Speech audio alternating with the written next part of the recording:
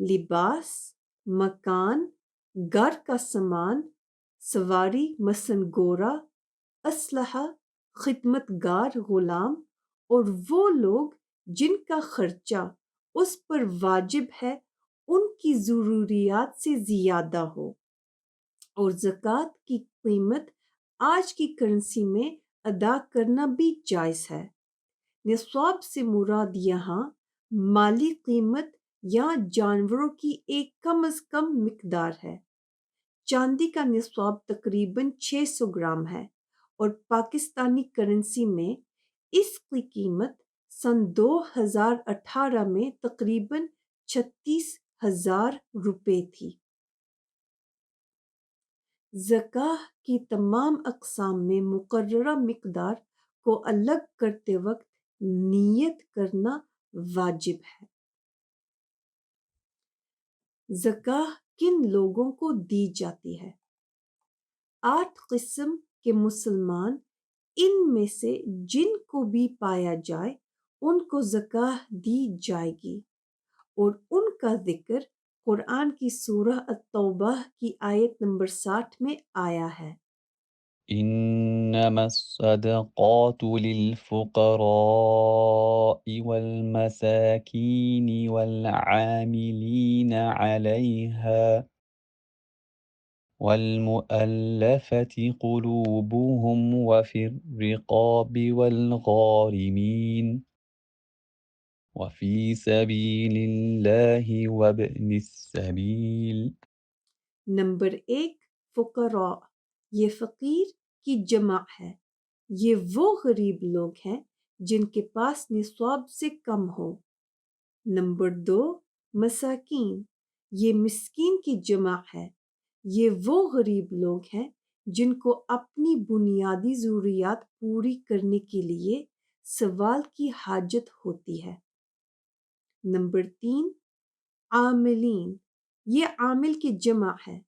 یہ وہ لوگ ہیں جنہیں خلیفہ نے زکوٰۃ کو اکٹھا کرنے کے لیے مقرر کیا ہو۔ نمبر 4، مؤلفۃ القلوب، سوائے اس قسم کے کیونکہ یہ موجودہ دور میں نہیں پائے جاتے۔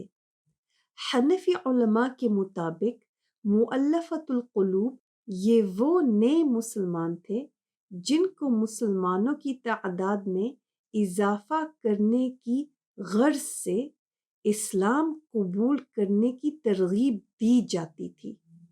موجودہ دور میں یہ لوگ نہیں پائے جاتے، چنانچہ آج کے نئے مسلمانوں کو زکوٰۃ نہیں دی جاتی، لیکن اگر مستقبل میں یہ صورتحال دوبارہ ظاہر ہو اور نئے مسلمانوں کو زکوٰۃ دینے کی ضرورت پڑے تو پھر انہیں دوبارہ زکوٰۃ دی جائے گی۔ نمبر 5، رقاب، یہ رقبہ کی جمع ہے۔ رقبہ کا معنی گردن ہے۔ یہ وہ غلام ہیں جن کو اپنی گردن چھڑانے کے لیے، یعنی اپنی آزادی حاصل کرنے کے لیے مالی مدد کی ضرورت ہو۔ نمبر 6، غارمین، یہ غارم کی جمع ہے۔ یہ وہ قرض دار ہیں جن کے پاس اپنے قرضے کی ادائیگی سے زیادہ نصاب کی ملکیت نہیں۔ نمبر 7، فی سبیل اللہ، یعنی بلا معاوضہ مجاہد جو غریب ہے، اور یہاں فی سبیل اللہ کا مطلب ہر کار خیر نہیں۔ نمبر 8، ابن السبیل، یہ وہ مسافر ہے جس کے پاس اتنا پیسہ نہ ہو کہ وہ اپنی منزل مقصود تک پہنچ سکے۔ ان مذکورہ اقسام کے علاوہ کسی اور کو زکوٰۃ دینا جائز نہیں۔ میں یہاں پر آج کا درس ختم کرتی ہوں۔ انشاءاللہ ہم پھر ملیں گے اگلے درس میں، جس میں باب الصوم کے بارے میں بتاؤں گی۔ آپ مجھے اور میرے اہل خانہ کو بھی اپنی دعاؤں میں یاد رکھیں۔ السلام علیکم۔ للمدينة وين نروح بحر